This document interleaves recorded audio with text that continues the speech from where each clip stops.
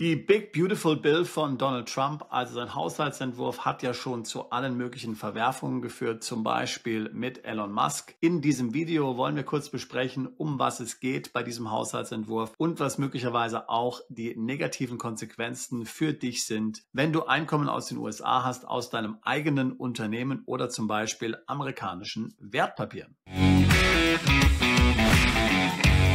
Unter dem Titel The Big Beautiful Bill ist im amerikanischen Kongress eine sogenannte Budget Reconciliation Bill, also ein Gesetzesentwurf für den Haushalt und darüber hinausgehende Jahre verabschiedet worden. Diese bedeutet eine massive Neuverschuldung und sie hat ja schon hier zu ziemlich viel Drama geführt. So sind zum Beispiel Elon Musk und Donald Trump hier ziemlich aneinander geraten, denn Elon Musk hat hier sich nicht mehr beherrschen können und folgenden Tweet veröffentlicht. I'm sorry, but I just can't stand it anymore. This massive, outrageous, pork-filled congressional spending bill is a disgusting abomination. Shame on those who voted for it. You know you did wrong. You know it. Zunächst mal ein vielleicht für deutsche Ohren hier interessantes Wording. Pork-filled, Schweinefleisch gefüllt. Was heißt das eigentlich? Nun, mit Pork bezeichnet man sogenannte Wahlkreisgeschenke. Und hier ist das politische System in den USA einfach anders, als wir das von Deutschland kennen. Im Deutschen Bundestag haben ja die Bundestagsabgeordneten relativ wenig Freiheit. In Deutschland wird im Grunde genommen eine Partei gewählt und dann haben sich die Abgeordneten an das Parteiprogramm zu halten. In den USA ist das ganz anders. Dort gibt es keine Fraktionsdisziplin in diesem Sinne. Dort ist jeder Abgeordnete sein eigener Mann, seine eigene Frau und kämpft hier in gewisser Weise auch auf eigene Faust, selbst wenn er natürlich einer Partei angehört. Das heißt, die Stimme eines jeden Abgeordneten hier muss letztlich durch die Regierung, sage ich mal, gekauft werden und dafür muss die Regierung im Grunde genommen Wahlkreisgeschenke machen. Man muss zum Beispiel eine Brücke bauen, wodurch dann Arbeitsplätze etc.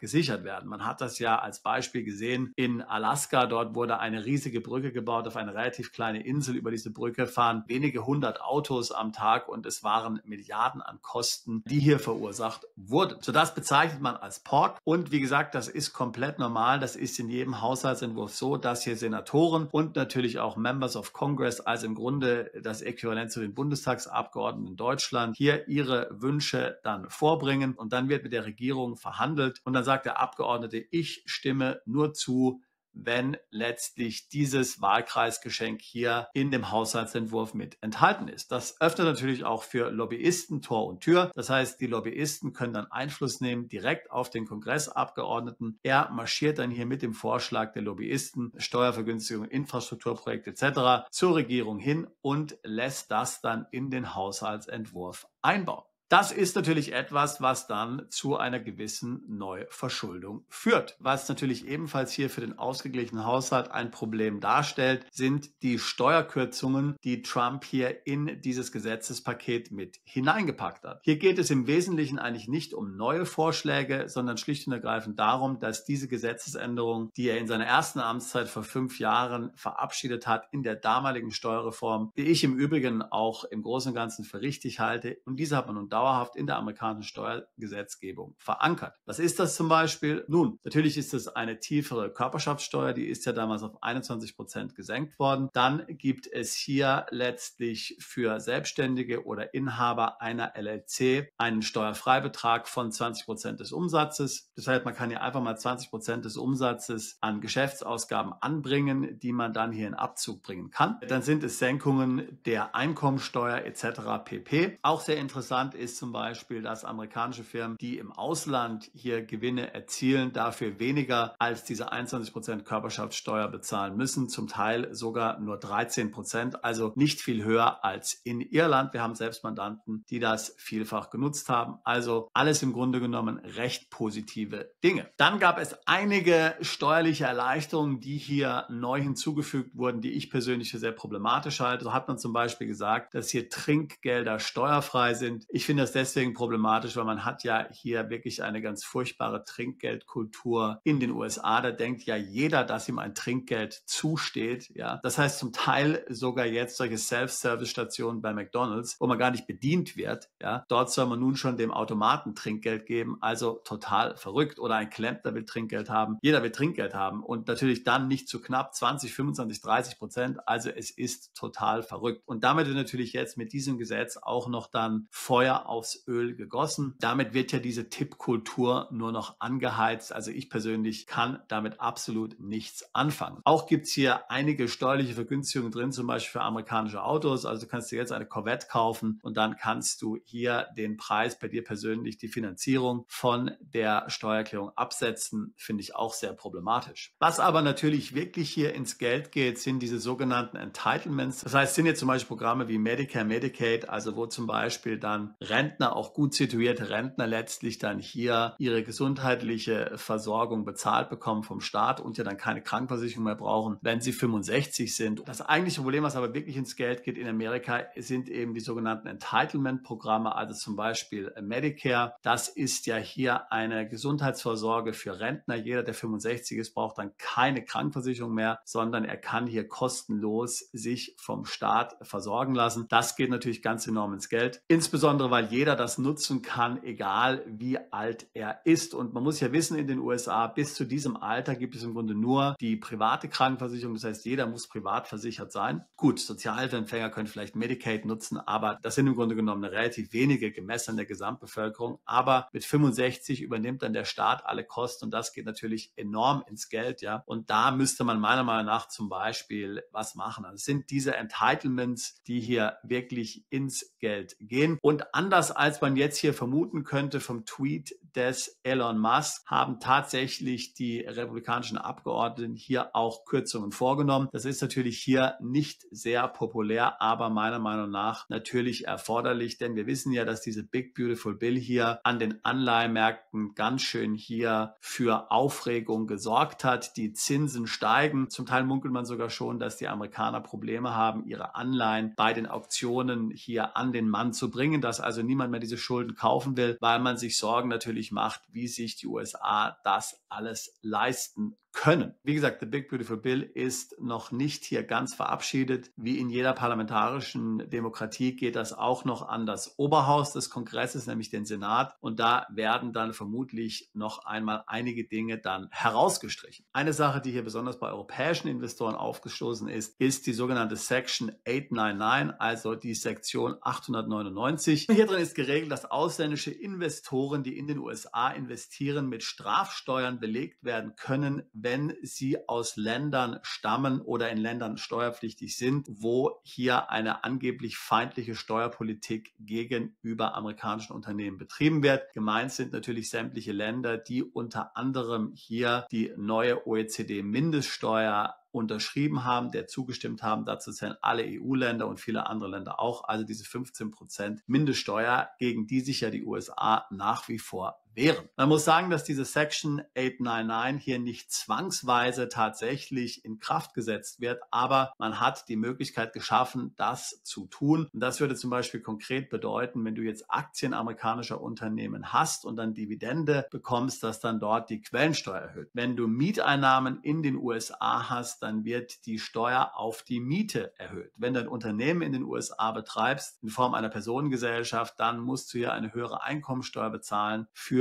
diese Einkünfte. So, was jetzt sehr wichtig ist, ja, also erstmal, wie gesagt, das Ganze ist noch nicht tatsächlich verabschiedet. Der Senat muss noch zustimmen. Ich finde diese Regelung natürlich hier total verrückt. Damit würde man ja hier Investitionen in die USA möglicherweise stark beschneiden. Jetzt muss man sehen, was der Senat damit macht. Hier in unserem Kontext sind vor allen Dingen natürlich zwei Dinge wichtig zu wissen. Wenn du Aktien verkaufst, also mal angenommen, du hast Tesla-Aktien oder Nvidia-Aktien, also Aktien von amerikanischen Unternehmen und du verkaufst die, dann wird ja keine Steuer in den USA fällig. Dort wird auch mit Section 899 natürlich in Zukunft keine Steuer fällig werden. Ja, also das heißt, da musst du dir jetzt keine Gedanken machen. Es sind eben nur jene Einkünfte, die ohnehin schon heute in den USA besteuert werden, Mieteinnahmen, Quellensteuern etc., die ja heute sowieso schon anfallen für Investoren. Diese können sich dann möglicherweise leicht erhöhen, also leicht möglicherweise ziemlich signifikant von 5-20% im Laufe einiger Jahre. Also das wäre extrem unattraktiv. Aber wenn du Aktien verkaufst, ja, bist du davon nicht betroffen. Du bist dafür auch natürlich nicht betroffen, wenn du jetzt eine LLC betreibst in den USA, die keine Steuern in den USA bezahlt, weil sie eine sogenannte Disregarded Entity ist und deswegen in den USA steuerlich nicht veranlagt wird. Auch dann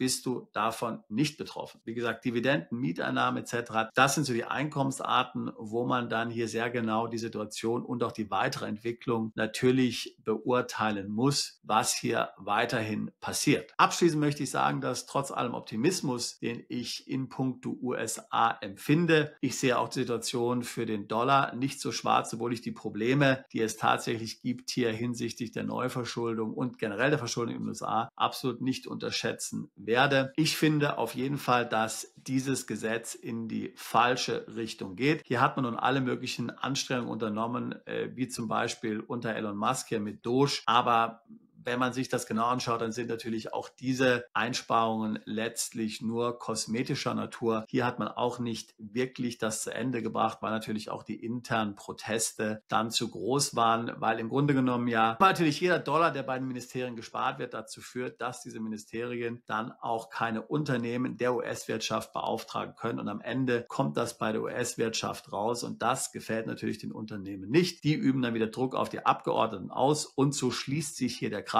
Wir sind wieder hier am Anfang. Die Abgeordneten, die sehr viel Macht haben in den USA und wenig Fraktionsdisziplin, können dann alles Mögliche torpedieren. Und da ist natürlich die Regierung dann ziemlich schnell sehr hellhörig geworden. Deshalb ist diese ganze Doge-Aktion schneller zu Ende gegangen, als man es eigentlich am Anfang für möglich gehalten hätte. Am Ende wahrscheinlich werden es die Anleihenmärkte sein, die hier die USA zur Haushaltsdisziplin zwingen. Man sollte sich einmal ausmalen, was passiert, wenn die USA ihre eigenen Papiere nicht mehr verkaufen können. Gut, dann kann man natürlich Geld drucken. Da kann natürlich die Notenbank, die Fed, kann die Anleihen kaufen, die man hier nicht losbringt. Aber das hat katastrophale Auswirkungen auf die Wirtschaft und auf die weitere Entwicklung der USA. Also deswegen, ich halte die Situation für vertragt. Ich sehe da auch nicht wirklich eine Lösung. Aber sicherlich hier ein weiterer Haushaltsentwurf, der hier so viele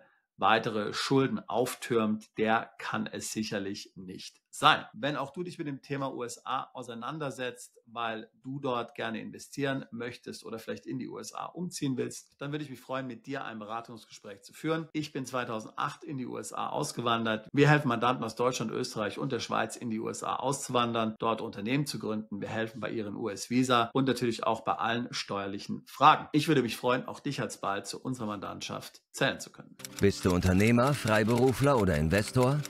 Zieht es dich schon lange ins Ausland? Mach heute den ersten konkreten Schritt in eine Zukunft mit mehr Geld und mehr Freiheit. Buche ein Beratungsgespräch mit Sebastian und seinen Kollegen. Unsere Kanzlei unterstützt Mandanten wie dich dabei, deine Steuerlast legal zu reduzieren, Vermögen aufzubauen und zu schützen und deine persönliche Freiheit zu maximieren. Profitiere jetzt von unserem Fachwissen und unserem Netzwerk. Gehe zu mandatierung.com und werde Mandant unserer Kanzlei.